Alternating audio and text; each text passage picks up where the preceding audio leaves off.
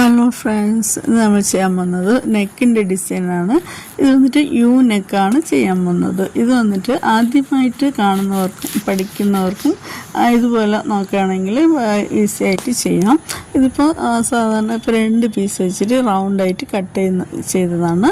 എന്നിട്ട് അത് തിരിച്ചെടുത്തിട്ട് ഒന്ന് കൈ വെച്ച് ഒന്ന് പ്രസ് ചെയ്ത് തേച്ച് കൊടുക്കുമ്പോൾ കറക്റ്റായിട്ടുള്ള ഫിനിഷിങ്ങുള്ള റൗണ്ട് നെക്ക് കിട്ടും. ഇപ്പോൾ സ്റ്റിഫ് വയ്ക്കുകയാണെങ്കിലും അതിൻ്റെ വീഡിയോ പിന്നെ ചെയ്യാം.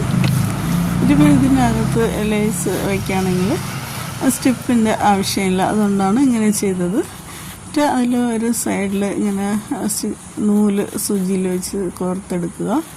ഒരു സൈഡിൽ അത് വന്നിട്ട് ഈ റൗണ്ടിൻ്റെ സൈഡിൽ ഇത്തിരി കുറച്ച് ചുരുങ്ങി വരാൻ വേണ്ടിയാണ്. ലേസ് ചുരുക്കി വരുമ്പോൾ ആ റൗണ്ട് കറക്റ്റായിട്ട് കിട്ടും. അതിന് വേണ്ടിയാണ് ഇങ്ങനെ ചെയ്യുന്നത്. ആദ്യം വന്ന് ഇത് നെക്കിൻ്റെ അളവും ലേസും കൂടെ അളന്ന് നോക്കിയിട്ട് അതിനേക്കാണ് 2 ഇഞ്ച് കൂടെ കൂട്ടി എടുക്കുക ലേസ്. എന്നിട്ട് ആ റൗണ്ട് വരുന്ന സ്ഥലത്ത് കുറച്ച് നൂല് ഇട്ടിട്ട് അങ്ങ് വലിച്ച് നോക്കാം. ഇങ്ങനെ ലൈറ്റായിട്ടൊന്ന് ചുരുങ്ങി വരണം, എന്നാലും സ്റ്റിച്ച് ചെയ്യുമ്പോൾ കറക്റ്റായിട്ടാവുള്ളൂ. എന്നിട്ട് മുകളിലത്തെ ഭാഗം ഒന്ന് സ്ട്രൈറ്റായിട്ട് വെച്ച് സ്റ്റിച്ച് ചെയ്യുക.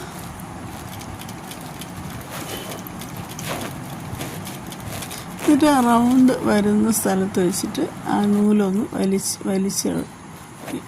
വലിക്കുമ്പോൾ ആ സൈഡ് ഒന്ന് റൗണ്ടായി കിട്ടും. ഇപ്പോൾ സാധാരണ സ്ട്രൈറ്റായിട്ടുള്ള ലേസ് റൗണ്ട് നെക്കിൽ വെക്കുകയാണെങ്കിൽ ലേസ് വന്നിട്ട് ഒരു സൈഡ് ഒരു പീസ് പൊങ്ങിയിരിക്കും പോലെ തോന്നും. അതില്ലാതെ കറക്റ്റായിട്ട് കിട്ടാൻ വേണ്ടിയാണ് ഇതിങ്ങനെ ചെയ്യുന്നത്. ആദ്യമായിട്ട് കാണുന്നവർ ഇതുപോലെ ഒന്ന് ട്രൈ ചെയ്യുക. സ്റ്റിച്ചിങ് അറിയാവുന്നവർക്കും ഇതുപോലെ ഫിനിഷിംഗ് ആയിട്ട് ചെയ്യണമെങ്കിൽ ഒന്ന് നോക്കുക. ഉണ്ടല്ലേ, ആ റൗണ്ട് കറക്റ്റായിട്ട് വന്നിട്ടുണ്ട്. ഈസിയാണ് ഇത് ചെയ്യാൻ. ഇഷ്ടപ്പെടുന്നത് ട്രൈ ചെയ്യുക, ഒന്ന് സപ്പോർട്ട് ചെയ്യുക.